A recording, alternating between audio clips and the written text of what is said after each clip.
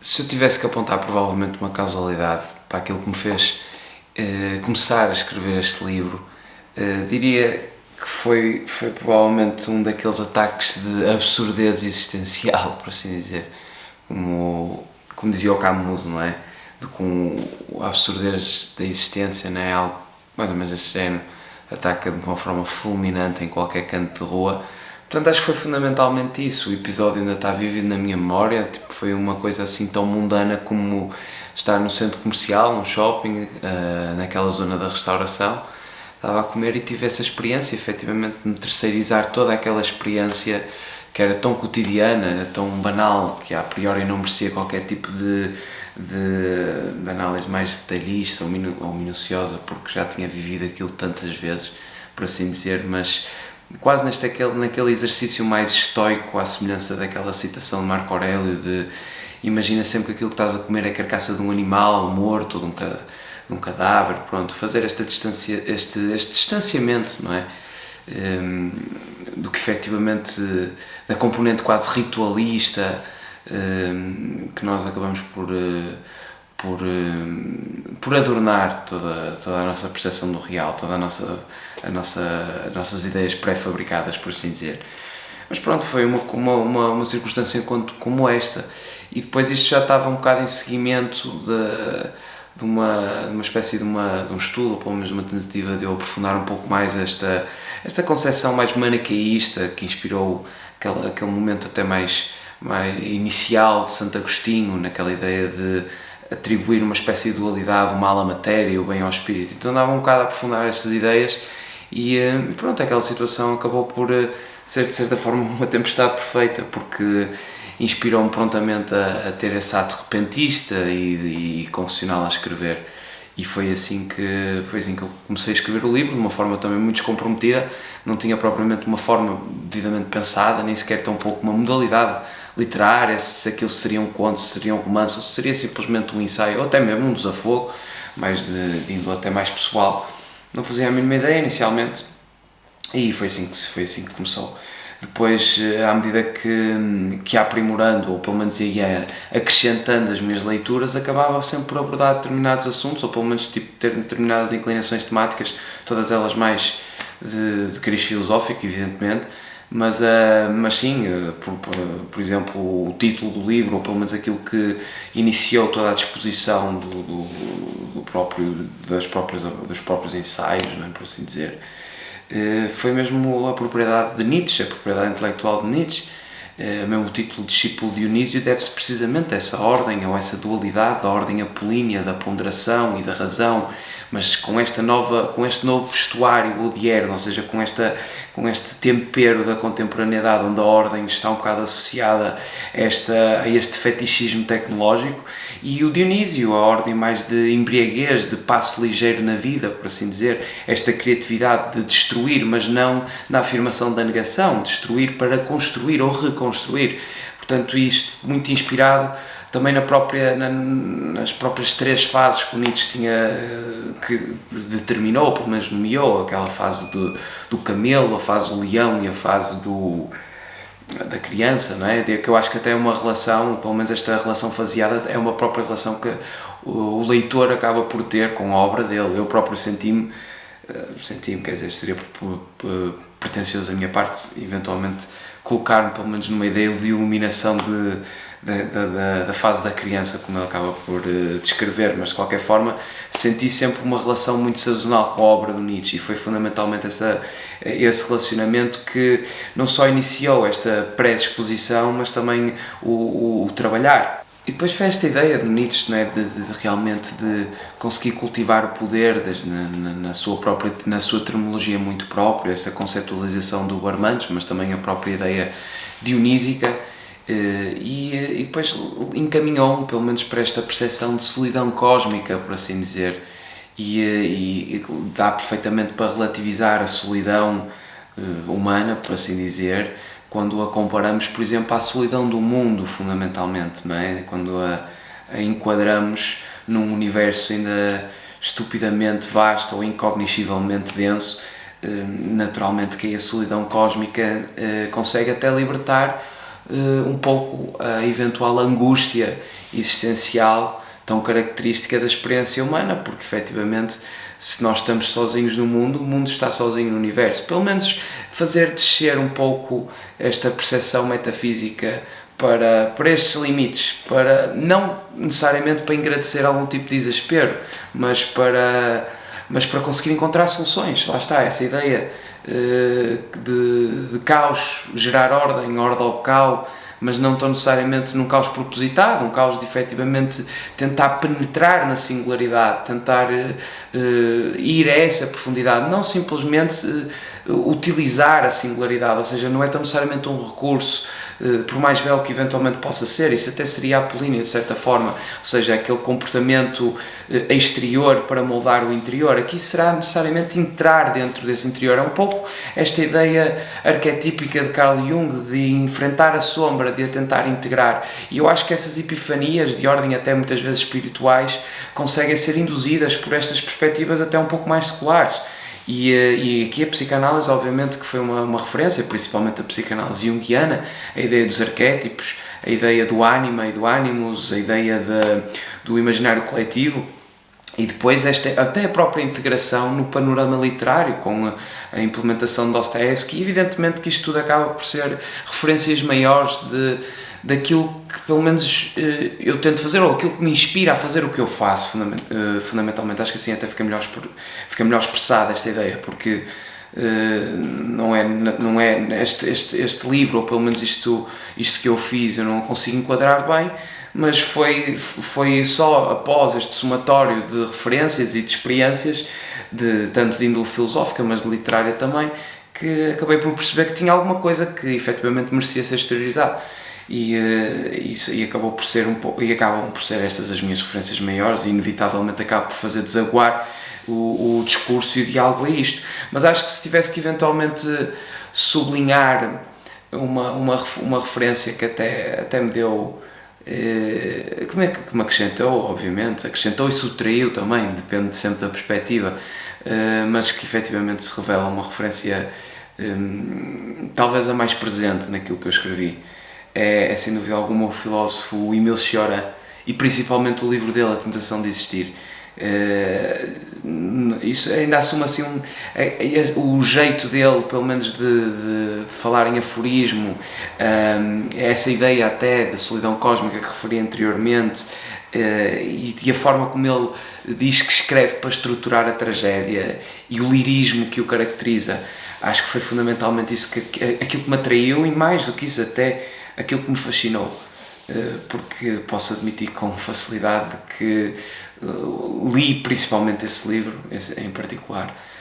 com um fascínio tremendo, tipo um fascínio quase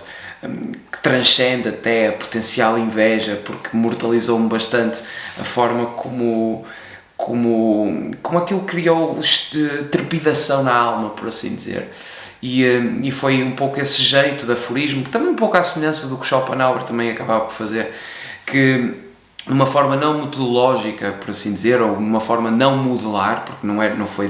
de modo algum a tentativa, ou pelo menos a vontade do Cioran, mas como aquilo efetivamente conhece uma reverberação, aquilo faz rimar com muitas das coisas que nós sentimos também interiormente. Portanto, foi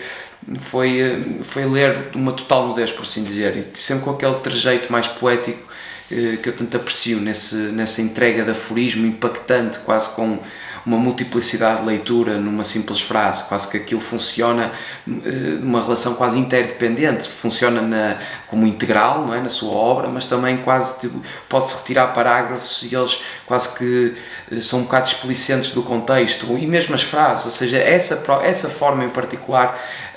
e não só a forma, mas também o próprio autor, e até aqui podendo eventualmente apontar algum tipo de registro biográfico das suas insónias e tudo isso, acaba não só por cultivar uma grande familiaridade, mas também ser a tal referência maior nesse aspecto. E depois, lá está, à medida que eu fui escrevendo, senti que efetivamente já estava a solicitar forma, eu já estava a encontrá-la de uma forma até um bocado involuntária, ou pelo menos de um jeito um bocado involuntário, já estava a assumir uma espécie de prosa mais poética neste registro de aforismo,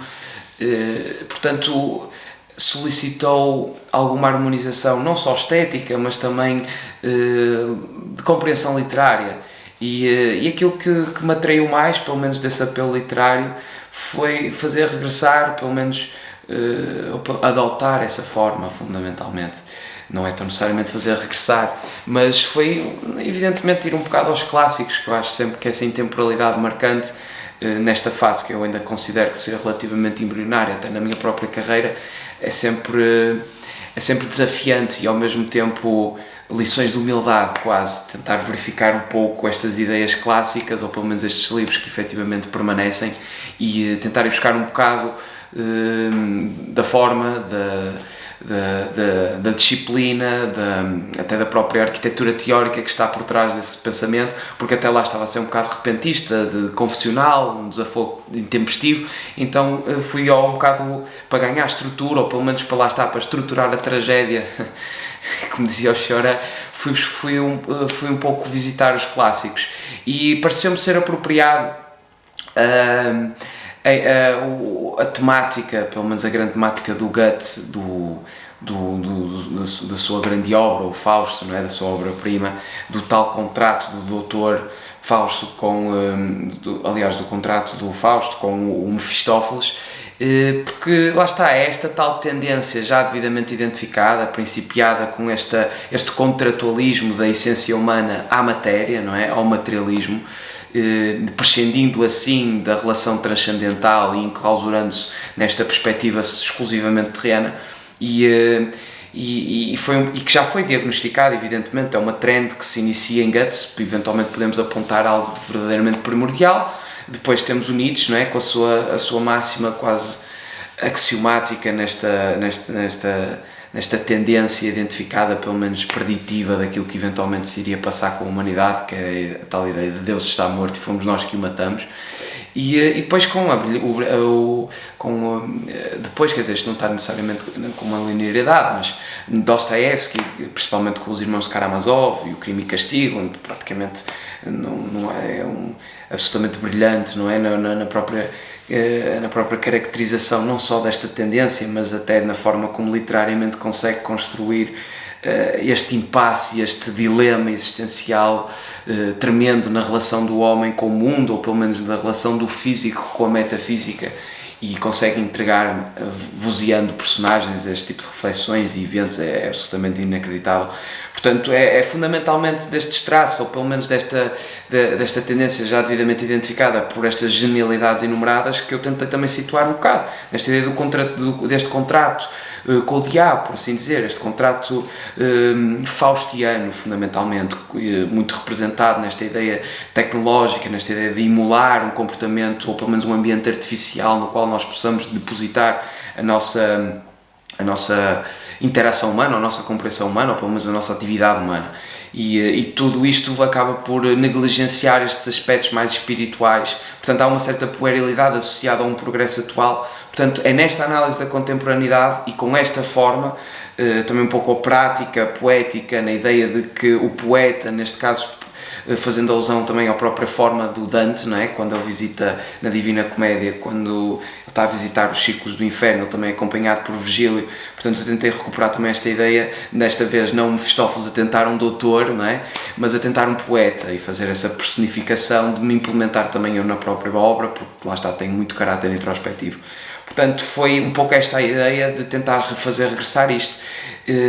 regressar pelo menos, ou tentar ir beber um bocado esta infinidade do que representa a intemporalidade clássica na literatura e nos próprios grandes pensadores, pelo menos. E adaptá-la de uma forma conjuntural àquilo que nós estamos a viver. Portanto, acaba por ter um pouco estas análises todas. O livro acaba por mostrar as facilidades da corrupção da alma face ao materialismo excessivo e descomedido que nós que nos caracteriza, não é? E esta excessiva objetificação de tudo o que nos rodeia também. E é um pouco nessa ordem, e é uma crítica que pode ir desde algum tipo de compreensão geopolítica a uma ideia também ela filosófica, ou pelo menos esta ideia de fenomenologia, né? De como é que eu sei aquilo que sei, e etiquetar, por assim dizer, todo o nosso perímetro de ignorância. Portanto, acaba por também não é, por tentar ter essa abrangência, e efetivamente lá está, também é marcado porque não existe discurso direto, não existe uma oportunidade propriamente de respirar, tem uma linearidade, mas também tem aquele formato também meio quixotesco, não necessariamente quixotesco, mas da forma que Cervantes, é uma forma clássica mesmo no Viagem da Minha Terra, no Almeida Garrett também tem, que é proludiar o capítulo e explicar aquilo que vai acontecer no capítulo. Neste caso chama-lhe cantos, apesar de não serem cantos. Portanto, também há aqui muita irreverência, lá está, esta tal ideia de fazer regressar esta abordagem dionísica ou caótica na própria construção, porque eu próprio não consigo rotular ou pelo menos identificar concretamente aquilo que foi desenvolvido, ou pelo menos qual a modalidade, onde é que se integra, qual é o enquadramento. Aquilo que tentei fazer foi algo relativamente inovador para mim. Não sei se eventualmente será inovador num contexto com uma análise mais académica, ou pelo menos mais literata, vá. Mas pelo menos foi inovador para mim na forma de que mete algo, que foi uma abordagem algo receosa, por não saber bem o que estava a fazer, ou pelo menos não a conseguir fazer regressar a um edifício devidamente pré-concebido. Portanto, teve esta ideia de depositar confissão, de ser igualmente repentista e a trabalhar a reflexão à medida que ela é propiciada, e de outra forma também teve esta tentativa de pelo menos enquadrar, ou pelo menos cercá-la de alguma espécie de relação com obras clássicas. E depois outra grande referência, também de forma a concluir, é sem dúvida alguma é a obra de Antero Quental, quase na sua perspectiva, sei lá, um bocado antirromântica, introdutória do realismo, por assim dizer, mas mais fundamentalmente na melancolia e na obsessão da morte, e fundamentalmente o jeito poético, pelo menos o formato de soneto, que não apliquei da mesma forma, não era soneto, mas que tentei incluir na própria prosa. Nem sempre foi bem conseguido, mas em alguns momentos tentei incluir não só a parte mais temática da obra dele, mas também a forma de criar um ritmo muito próprio na prosa, para também conseguir multiplicar um bocado esse efeito do aforismo. Portanto, a ter que enumerar ou falar um bocado sobre as referências que inspiraram este livro, acho que mesmo agora este monólogo, por assim dizer, acaba por ser o melhor que eu consigo fazer no momento. Seguramente que há mais. Obviamente nós somos o somatório de tudo aquilo que lemos, tudo aquilo que absorvemos também, e depois temos esta vontade igualmente belicosa de romper um bocado com as próprias referências e com as próprias inspirações para vindicar algum tipo de originalidade. Portanto, obviamente que poderia citar muito. Aquilo que posso assegurar é que, obviamente, para como já para o meu primeiro livro, muito foi lido, ou pelo menos tive muita literatura em conta para fazer isto, e tenho sempre essa relação de uma profunda humildade no próprio ato da criação, que me exige, obviamente, um ato contínuo, quase obsessivo, de ler os melhores, e os melhores a fazer isso, não é? A fazer a estruturar a tal tragédia humana e a diagnosticar a alma. Portanto, é nessa linha, ou pelo menos nessa continuidade e nessa própria transparência enquanto autor, que faço este vídeo e que o publico com as pessoas que me são queridas e eventualmente as pessoas que possam estar interessadas naquilo que tenho vindo a produzir. Muito obrigado a todos.